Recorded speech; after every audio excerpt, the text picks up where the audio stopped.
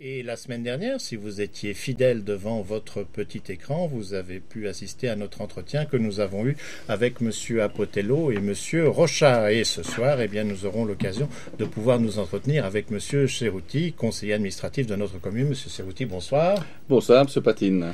Nous allons, je dirais, garder la même approche que nous avons eue la semaine dernière. L'idée qui avait, je dirais, organisé l'entretien était de se reporter un petit peu sur, je dirais, les grands titres que l'on a trouvés dans l'actualité Vernier sur l'édition 2010, qui permettait ainsi d'avoir, je dirais, les grands moments ou les moments importants qui ont marqué notre commune. Alors, parmi les charges que vous avez pour votre dicaster, quand j'ai refeuilleté l'actualité Vernier de l'année dernière, parmi les éléments que j'avais notés, il y en avait un qui avait fait la couverture du numéro du mois de mars, c'était l'état civil étant ses compétences, et a priori, depuis 2010, certaines prestations de l'Office cantonal de la population ont été transférées à l'état civil. C'est valable pour Vernier, mais c'est également applicable pour d'autres communes.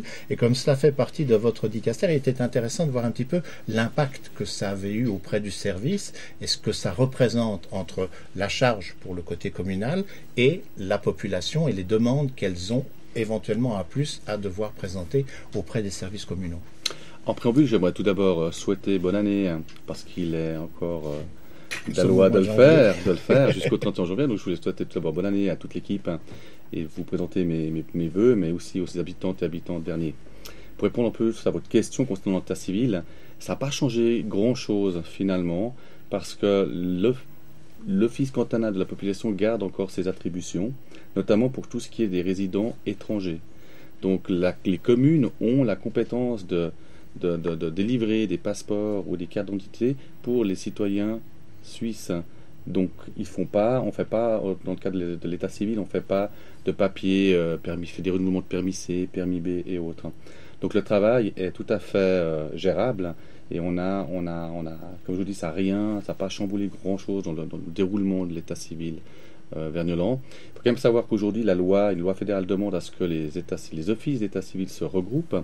Donc Vernier est censé normalement se regrouper et être le chef-lieu pour le mandement, chose qui ne s'est pas encore fait, qui n'est pas encore réalisée. Et c'est vrai que ça fait 3 ans qu'on est en discussion avec les magistrats, notamment de Satigny, Russin et de Dardani. Donc la ville de Vernier n'est pas pressée non plus d'obtenir ces prérogatives supplémentaires. Je pense que l'état civil est quand même un service qui est sensible dans le sens émotionnel pour un magistrat, puisqu'il peut célébrer des mariages, il s'occupe des naturalisations et autres. Et puis ça permet d'avoir une certaine proximité avec la population, surtout pour des moments tels qu'un mariage. Quand on parle de regroupement, comme vous venez de le mentionner, est-ce qu'il y aurait une date butoir pour cette approche, ou bien c'est laissé au bon vouloir de chacune des communes? Non, ce n'est justement pas, ce n'est pas au bon vouloir de la commune de décider quand elle décide de fusionner ou pas. Simplement, certaines communes, comme je vous l'ai dit, c'est émotionnel, mettent un peu les pieds au mur. Et ensuite de ça doit être normalement au département de justice et de police, enfin de sécurité, de police et d'environnement aujourd'hui, qui doit prendre le taureau par les cornes et de l'imposer. Donc aujourd'hui ça ne se fait pas. Je pense que c'est de bonne intelligence de laisser faire les choses gentiment, puis de laisser passer ce côté émotionnel de façon à ce qu'ensuite on puisse travailler comme la loi fédérale le demande. Dans votre dicaster, on trouve également le sport. Alors, chacun connaît cette notion sur notre commune où on a finalement 5 zones. Donc, on a une multiplication des installations, ce qui ne doit pas toujours être évident à gérer.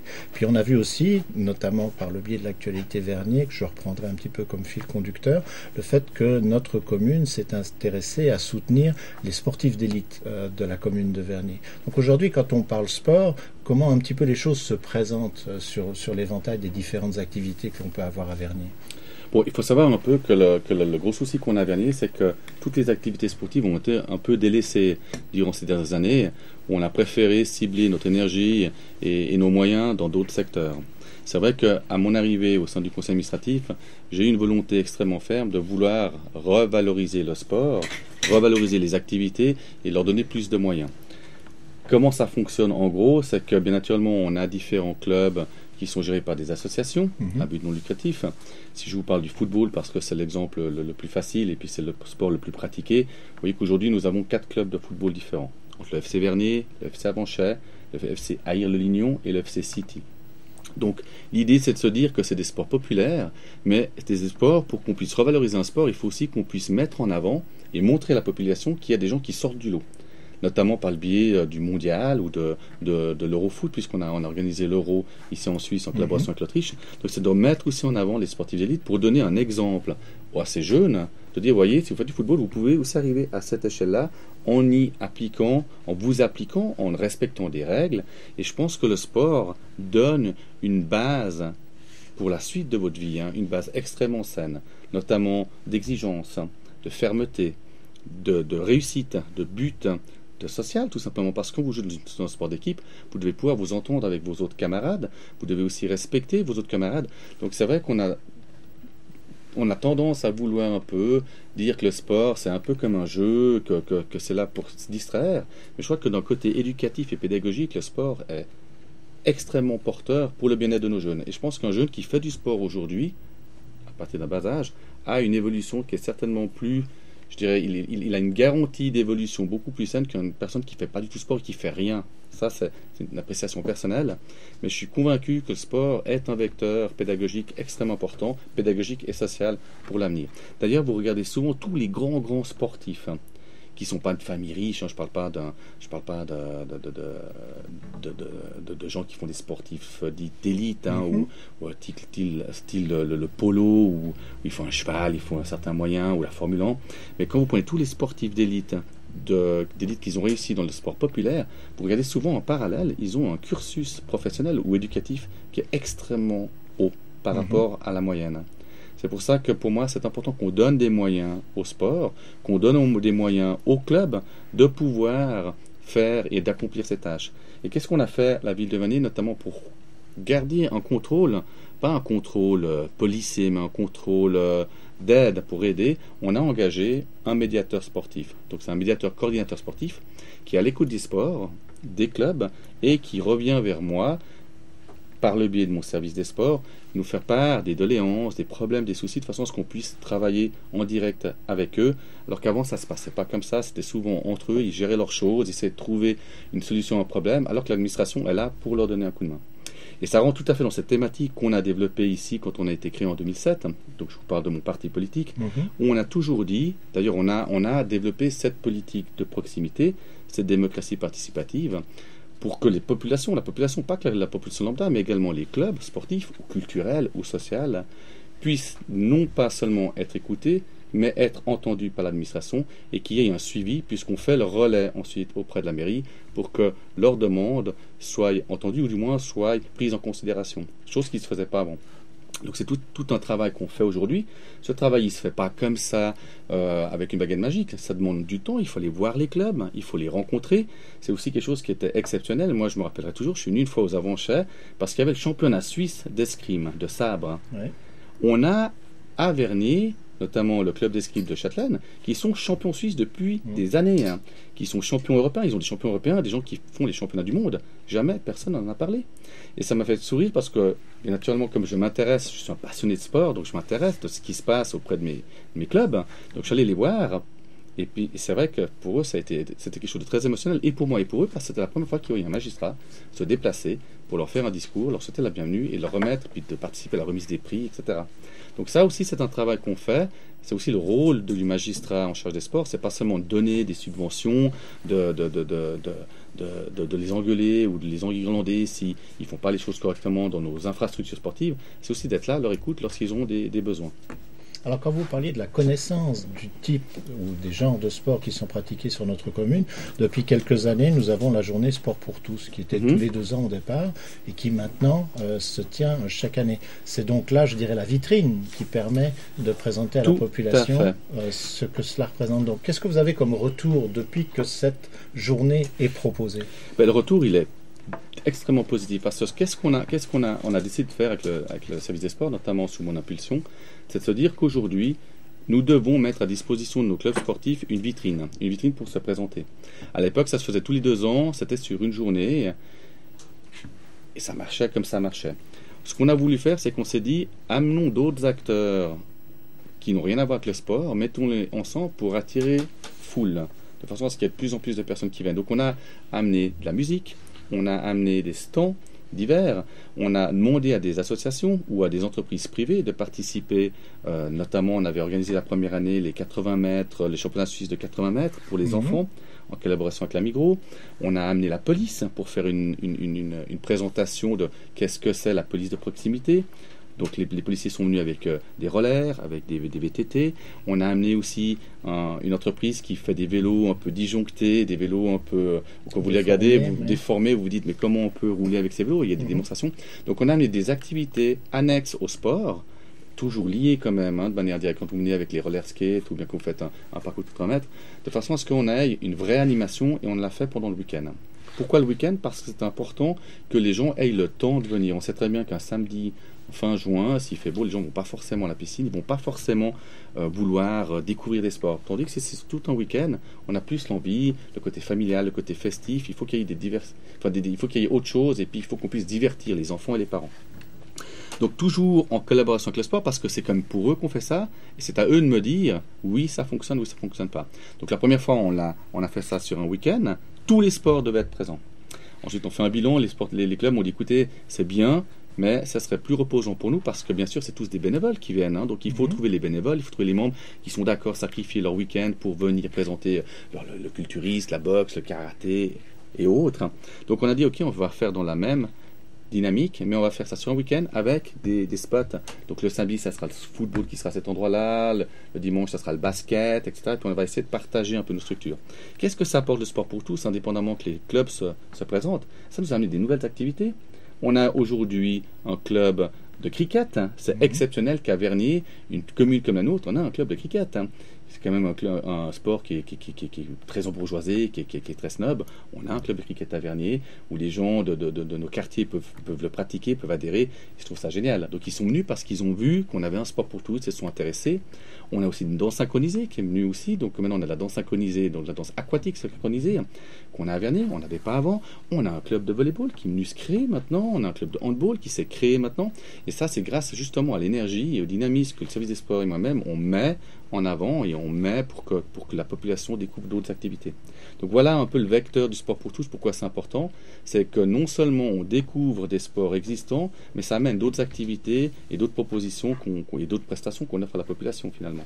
Alors dans votre dicaster, on retrouve également la culture, et je dirais la culture, elle a plusieurs volets. Alors l'un des éléments peut-être les plus visibles, ce sont les bibliothèques de notre commune. Les gens qui résident dans la cité ont pu découvrir la nouvelle bibliothèque. Elle est en activité depuis une année, mais elle a été inaugurée fin de l'année 2010. Il y a la bibliothèque à Châtelaine qui déménage pour être sur un site de proximité, plus visible. Donc aujourd'hui, le rôle des bibliothèques dans notre communauté, qu'est-ce que cela représente?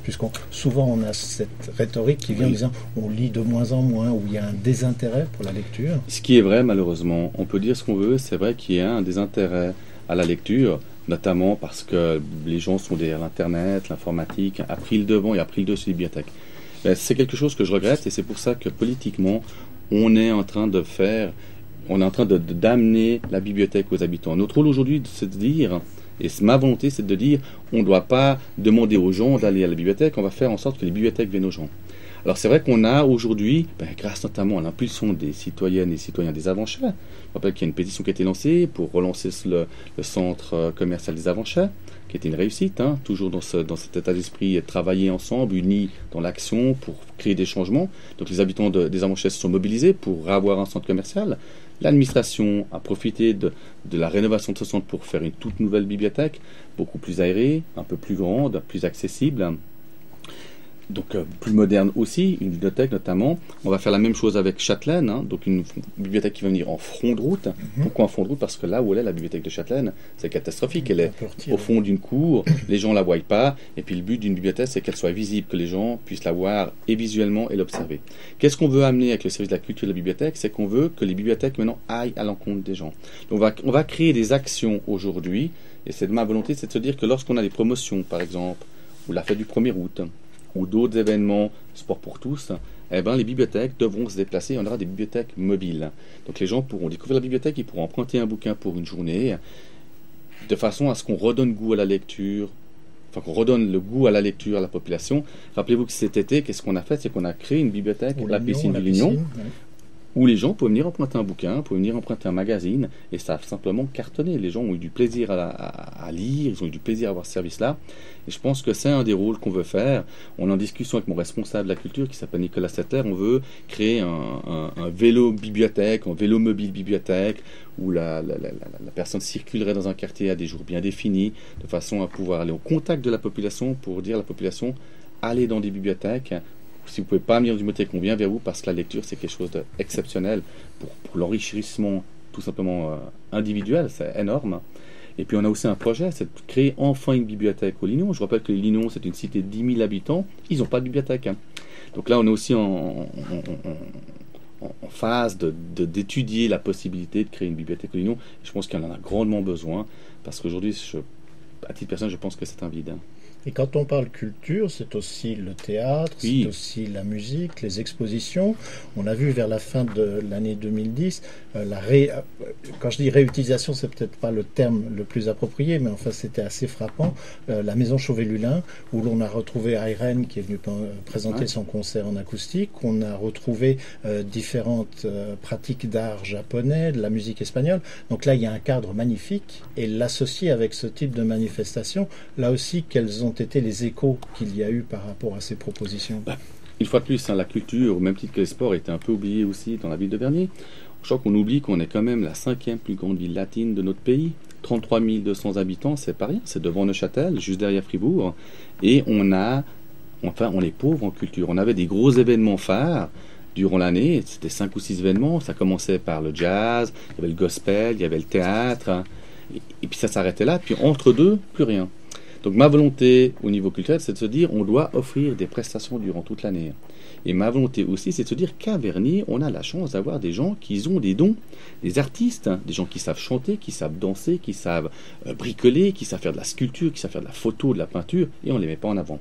Donc la volonté, c'est de se dire on va créer, et je ne sais pas si vous vous rappelez, mais dans l'actualité Vernier, puisque vous le feuilletez, on met tous les mois une annonce en disant à la population, si vous avez un don d'écriture, de lecture, de musique, quelque part. On a créé un annuaire artistique des habitantes et habitants de Vernier, ce qui a permis d'ailleurs au contrat de quartier de Châtelaine de faire, quand ils ont organisé leur première festival, de faire une brico présentation auprès de la population, mais c'était grâce justement, notamment à cet annuaire et puis aux annonces qu'on fait. Donc aujourd'hui, qu'est-ce que moi j'ai envie de faire en culture? J'ai envie que les gens, on puisse les mettre en avant. C'est le rôle de l'administration de donner la possibilité à quelqu'un qui est doué. Typiquement, Irène, c'est un enfant du Lignon, Irène, de le mettre en avant, de le mettre en scène, qu'il puisse se présenter. Puis pourquoi pas? Est-ce que tout à coup un jour il y aura quelqu'un qui le voit, puis qui va y croire, et puis qui va lui donner les moyens d'aller plus loin? Donc c'est au rôle de la commune aussi de mettre en avant ses valeurs locales. Donc on l'a fait avec Irène, on l'a fait avec Maria Cuevas. Vous avez vu que son spectacle espagnol était un succès phénoménal. On veut aussi travailler avec d'autres entités, parce que Vernier doit aussi avoir une autre image. Donc c'est pour ça qu'on a participé au mois culturel japonais. Et ma volonté, c'est de faire vivre Chauvet-Lulin. Aujourd'hui, on a une maison qui est magnifique, on a un cadre qui est énorme, qui est sous-exploité, qui n'est pas exploité du tout. Et c'est ce qu'on a fait aujourd'hui, c'est qu'on fait vivre Chauvin, on fait des spectacles. Donc le 25 janvier, j'espère que vous viendrez, parce qu'on aura notamment une représentation calligraphique de tous les dessins. Enfin, un architecte, dessinateur a pris le temps sur ces week-ends de dessiner toutes les mairies du canton. Oui. Magnifique, donc il faudra venir. Donc on va le mettre en avant, ce monsieur aussi, parce que c'est fabuleux de pouvoir présenter ses peintures, ses dessins. On a, c'est de faire vivre Chauvet-Lulin, c'est de dire qu'il doit y avoir des activités, que Vernier, c'est pas seulement 5 ou 6 événements phares dans l'année, c'est durant tout le temps. Il y a quelque chose qui se passe, et Chauvet-Lulin, c'est un peu mon bébé, ma maison de la culture, que j'aimerais revaloriser et mettre en avant beaucoup plus que ce qui se fait aujourd'hui. Raison pour laquelle novembre-décembre a été extrêmement chargé. On a eu beaucoup d'événements qui se sont passés. On a aussi créé la country cet été. C'était phénoménal parce que les gens n'avaient pas l'habitude. Et c'est vrai qu'on met toutes ces activités en avant et surtout mettre en avant les artistes et les artistes locaux et de faire cette politique culturelle non pas seulement élitiste mais également de proximité, également populaire. Et d'ailleurs le programme 2011, vous verrez, il va être extrêmement riche en rebondissements parce qu'il va être très proche des gens à la fois. Il sera également pédagogique, mais surtout très divertissant. C'est important. Alors, quand on parle de la maison Chauvet-Lulin, je dirais les prestations qui peuvent s'y tenir sont d'un caractère intimiste, quelque part. Pendant bon nombre d'années, on parlait du Lignon tout à l'heure, on a reçu l'Opéra Studio sur la commune de Vernier, et un des éléments qui avait été mis un petit peu sur la table, c'était qu'il manquait peut-être sur notre commune une salle non pas vaste, mais bien équipée, éclairage, sonorisation. Et on avait parlé à l'époque d'éventuellement rénover la salle de spectacle, la salle des fêtes du Lignon. Est-ce que c'est un élément qui est encore d'actualité? Non, c'est plus du tout d'actualité parce qu'aujourd'hui, la ville de Vernier, en collaboration avec la ville de Genève, on est en train d'étudier un grand projet. Si vous vous souvenez un peu l'historique, aujourd'hui où on a fait la maison de quartier des Libellules et le centre sportif culturel des Libellules, oui. D'ailleurs sous mon impulsion, je trouve que certaines personnes oublient de le dire, mais c'est quand même sous mon impulsion qu'on a créé ce lieu de vie pour les Libellules, parce qu'à l'époque, quand je suis arrivé au conseil administratif, j'étais extrêmement estomaqué de constater qu'on n'avait pas de salle, qu'on n'avait rien disponible pour le sport et pour la culture. Et quand je passais devant cette usine Actaris qui était vide, je me disais, mais qu'est-ce qu'on fait de cet endroit-là? Pourquoi on ne lui donne pas un petit coup de peinture, on le rénove à moindre frais, de façon à ce qu'on puisse y amener des activités sportives, culturelles et une maison de quartier qui avait été décidée en 2005, suite à un forum qui s'était fait avec les habitants, c'était une demande. Alors ça s'est fait, ça a pris du temps, parce que bien sûr, quand ça venait, puisque c'est une idée qui vient de Thierry Cerruti, MCG, on n'était pas tellement content, donc on a bloqué quand même le projet une année, avant de se dire que finalement, le MCG avait pas tort, et puis il fallait mettre ça en avant. Donc ça a pris une année, ça a pris 2 ans au lieu de place de prendre une année, mais aujourd'hui on a une maison de quartier aux Libellules, et on a un centre sportif et culturel aux Libellules. Pourquoi je vous parle de ça? Parce que ce lieu-là était prévu d'y accueillir une salle de spectacle. Et quand je suis arrivé au conseil administratif, je me dis, mais qu'est-ce qu'on va faire une salle de spectacle à cet endroit-là, au milieu d'habitation? Je veux dire, ça n'a simplement pas de sens. Aujourd'hui, le bruit, on sait que c'est un facteur qui est extrêmement nuisible, un facteur où les gens ont moins en moins de tolérance vis-à-vis du bruit, entre les voisins, la voiture et autres.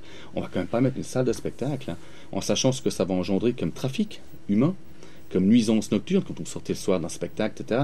C'est simplement aberrant. Faisons autre chose là. Travaillons avec la commune de Genève, avec la ville de Genève, pour voir si on ne pourrait pas faire un échange de terrain entre le projet de la Concorde, ce fameux projet de la Concorde, et ce terrain qui appartient à Vernier, qui est le terrain Actaris. La ville de Genève, bien naturellement, a été preneuse parce que l'intérêt était flagrant. Donc aujourd'hui, on a un projet d'une salle de spectacle, une salle culturelle, une salle de danse, vous pouvez l'appeler comme vous voulez, parce que finalement, ça va accueillir et des activités de danse et des activités artistiques. Il y aura une salle de concert aussi. On a étudié une faisabilité entre 1000 et 3000 places. Ça permet d'avoir aussi une salle intermédiaire entre l'aréna, les salles qu'on trouve dans toutes les communes et cet endroit-là, qui sera très moderne, qui sera aussi polyvalente, parce que le but c'est aussi qu'on soit quelque chose de polyvalent. Donc on a un gros projet qui est prévu, qui est en étude, entre la ville, Vernier et la fondation immobilière. Donc il y aura quelque chose qui va être fait. Alors ça se fera peut-être pas en 2012, pas en 2013, quoique d'ici là les volontés politiques peuvent peut-être imposer et accélérer les choses, mais il y a quelque chose qui est prévu en tous les cas pour avoir une toute nouvelle salle de spectacle digne de ce nom. Parce que typiquement vous parlez de l'opéra, moi je vois l'opéra à Vernier et à la salle des fêtes du Lignon, c'est un échec. Entre les 2 dernières années où on a fait l'opéra, il n'y a simplement personne qui va à l'opéra. Et moi ça me fait mal au cœur lorsqu'on paye une prestation de surcroît onéreuse, de voir cette salle vide. Donc cette année, enfin 2010, on a même offert des billets à qui on voulait pour qu'on ait la possibilité d'avoir ces salles remplies. Du moment qu'on paye une prestation, autant offrir cette prestation à la population, même si on n'encaisse rien. Au moins la salle est pleine, les gens peuvent apprécier ou pas.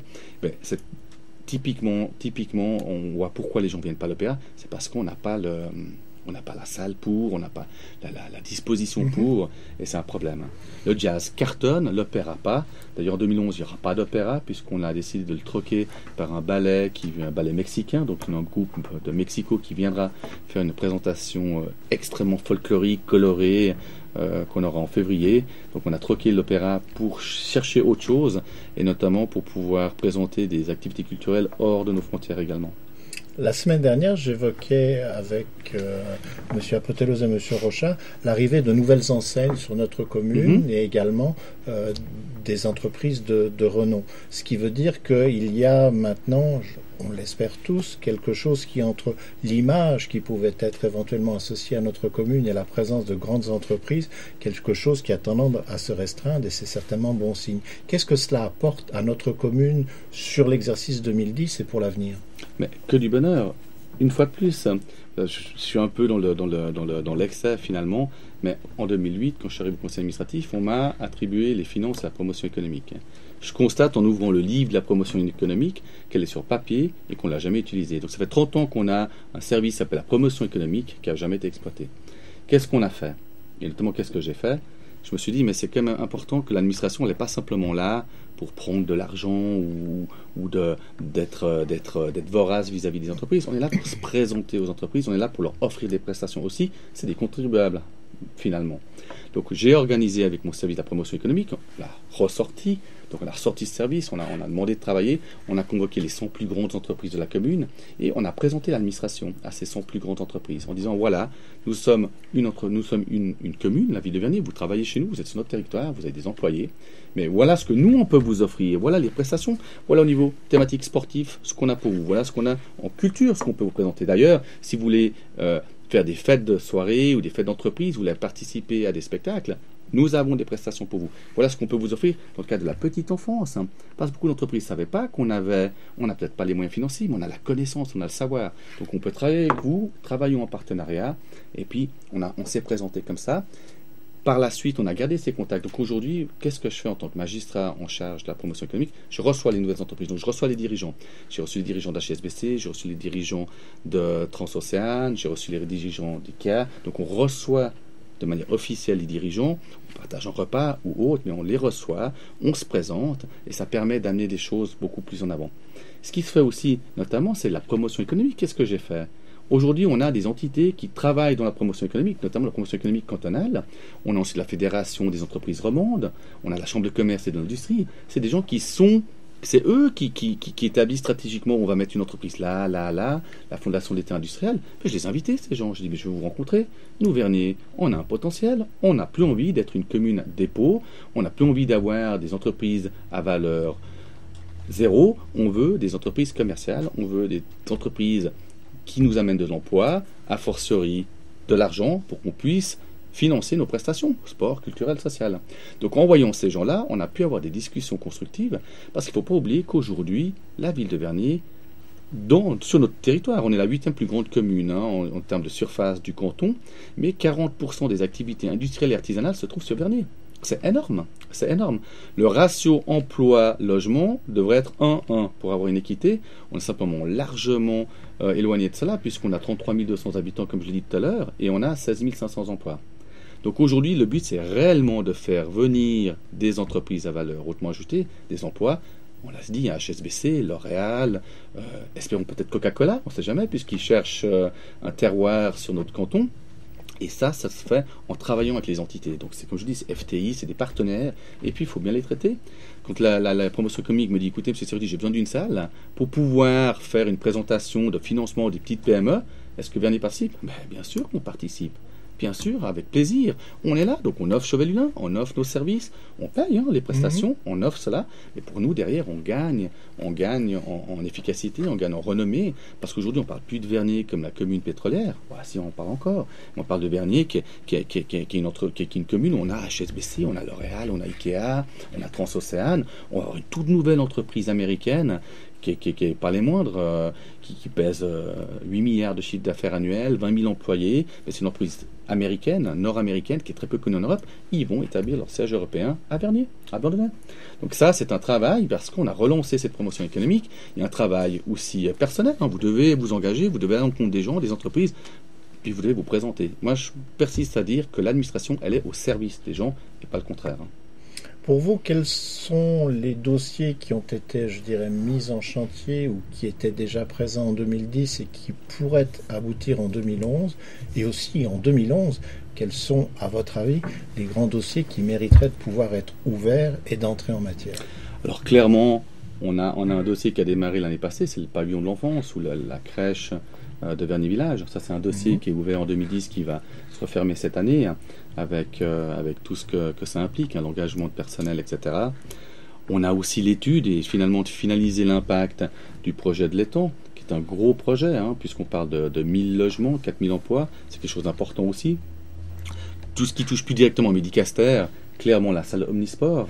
On a un projet pour faire une salle omnisport pour pouvoir offrir des infrastructures sportives plus importantes, plus modernes pour les différentes activités qu'on a.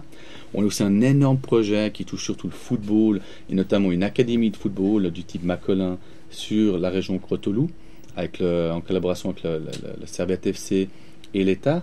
Malheureusement, on attend que l'État réagisse. Ils sont un peu longs, là, c'est dommage. Mais là, on a un projet qui est phénoménal, ce qui nous permettrait, je fais juste une aparté, ce qui nous permettrait notamment de délocaliser les terrains de football qui se trouvent au centre, qui se trouvent à Val-Exer, de les amener à Crotolou, de pouvoir y créer notamment un hôtel, une académie de football, une clinique, des magasins, des commerces, avec toutes sortes d'activités sportives, footballistiques, mais des activités extérieures.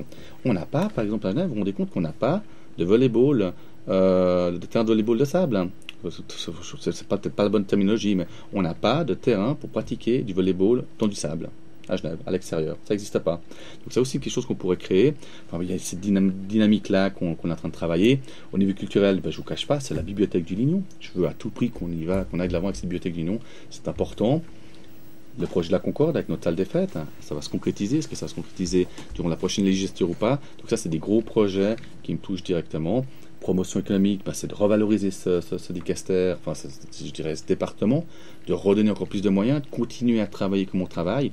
Donc prochainement, on va organiser, c'est prévu d'ici fin mars, d'organiser une séance avec de nouveau nos 50 ou 100 plus grandes entreprises, cette fois-ci avec toutes les associations sportives, culturelles, sociales, de façon à ce que nos associations apprennent à aborder ces entreprises pour obtenir des donations ou des prêts ou des subventions ou des sponsorings, parce qu'on a remarqué qu'ils ne savent pas se parler, ils ne savent pas comment le faire, ils ne savent pas comment il faut aller, quel est le bon moment, parce que ces grosses entreprises qui ont les moyens de subventionner ou donner des sponsorings, ils ont un budget qui se tienne, comme la commune on le fait, donc c'est de se dire, apprenons-nous à nous connaître, nous vivons tous à Vernier, nous travaillons à Vernier, nous avons des activités à Vernier, essayons de le faire entre nous, essayons de nous aider, de nous entraider, et puis c'est le but. Donc ça, c'est quelque chose qu'on va organiser par le biais de la promotion économique. Ma dernière question, ce sera, je l'ai posée à vos deux collègues la semaine dernière, c'est est-ce que l'on peut envisager, pour l'année prochaine, ou même déjà cette année, d'avoir le conseil administratif autour de cette table, une ou deux fois l'an, qui permettrait ainsi de faire un petit peu, je dirais non pas un bilan, mais un tour d'horizon des sujets sur lesquels chacun travaille, et ainsi contribuer à ce que la population ait les cartes en main, puisque parfois, ça a été évoqué, on se pose la question sur le taux de participation aux élections sur notre commune. Est-ce que c'est parfois par manque de connaissances, par manque d'intérêt, d'une certaine méfiance de la politique, pourquoi pas, et ainsi d'arriver à mettre un maximum de choses dans les mains des gens et après de les laisser décider. Mais c'est une excellente idée. Rappelez-vous en 2007, que je me suis présenté, personnage inconnu, j'avais lancé un questionnaire à la population en disant mais quelles sont vos attentes, quels sont vos besoins, comment vous voyez le conseil administratif, sur quelle base il devrait se concentrer ou pas, et tout le monde m'avait décrié, ouais, le pauvre Cerruti, il n'a pas de programme, il va demander à la population ce qu'il veut faire. Naturellement, ma réponse était simple, était à mon sens plein de bon sens. C'est de se dire qu'un parti politique présente un programme, moi en tant que conseiller administratif, je suis l'élu de tous les Vergnolans, et mon but à moi, c'est d'être à l'écoute des habitants pour savoir qu'est-ce que sont les besoins, quelles sont les choses qui les tracassent. Parce que la politique de proximité, on peut dire ce qu'on veut, vous qui habitez aux Amanchais, s'il y a un problème aux Amanchais, vous êtes le seul à savoir qu'il y a un problème et peut-être la solution. Moi qui suis à Vernier-Village, comment voulez-vous que je sache quel est ce problème-là qui vous perdure? Donc effectivement, d'être auprès de vous sur ce plateau, c'est simplement exceptionnel parce qu'on peut se présenter à la population, on peut expliquer ce qu'on fait aussi parce que les gens ne savent pas forcément ce qu'on fait. Donc c'est une idée qui est exceptionnelle. Je suis même étonné qu'on n'a jamais été, durant ces 3 ans, je vous l'avais dit au téléphone, je suis étonné que c'est la première fois que je viens sur votre plateau alors que ça devrait être quelque chose de régulier quand on a un projet sportif. Pas seulement les politiques, mais les chefs de service, par exemple. Lorsqu'on va présenter prochainement le ballet mexicain, je trouverais exceptionnel que mon responsable de culture vienne et puis il explique à vos téléspectateurs, téléspectatrices, voilà, qu'est-ce que c'est le ballet mexicain, qu'est-ce que c'est notre programme de jazz, puis qu'on puisse parler. On ne devrait pas venir 1 ou 2 fois par année, on devrait être là mensuellement, on devrait pouvoir venir parler de choses, de projets. Typiquement, quand on a lancé notre questionnaire, finalement mon questionnaire qui avait pas de sens, on l'a quand même lancé au sein du conseil administratif, puisqu'on a lancé un questionnaire via l'université, etc. On a demandé à la population, mais ça aurait été exceptionnel qu'on puisse venir ici, puis en parler. Voilà, on va lancer un questionnaire. On a parlé, mes 2 collègues ont parlé du nouveau logo qu'on va faire, mais je pense que ça serait bien qu'on puisse le présenter. On vient, on présente notre logo, on discute de choses et autres. Ça va pas forcément durer 1 demi-heure, 3/4 d'heure ou 1 heure, mais 5 minutes comme ça, 7 minutes, je trouve ça génial. On a un moyen de communication, on a un moyen d'information qui est Canal 29. À mon sens, on ne l'utilise pas, on l'utilise peu. Au niveau politique, je parle au niveau administratif, et c'est dommage. Moi, je pense qu'au contraire, on devrait aller même beaucoup plus loin dans votre demande, c'est-à-dire que quand on a quelque chose à présenter, ben on vient un mercredi, ici, sur votre plateau, ça nous prend 5 minutes, on explique, et puis ça donne de la vie à votre chaîne, ça donne de la vie à l'administration, ça donne de la vie à la commune. Ça pour moi une excellente idée. Alors l'idée est notée, elle est prise. Je vous remercie de nous avoir consacré votre temps.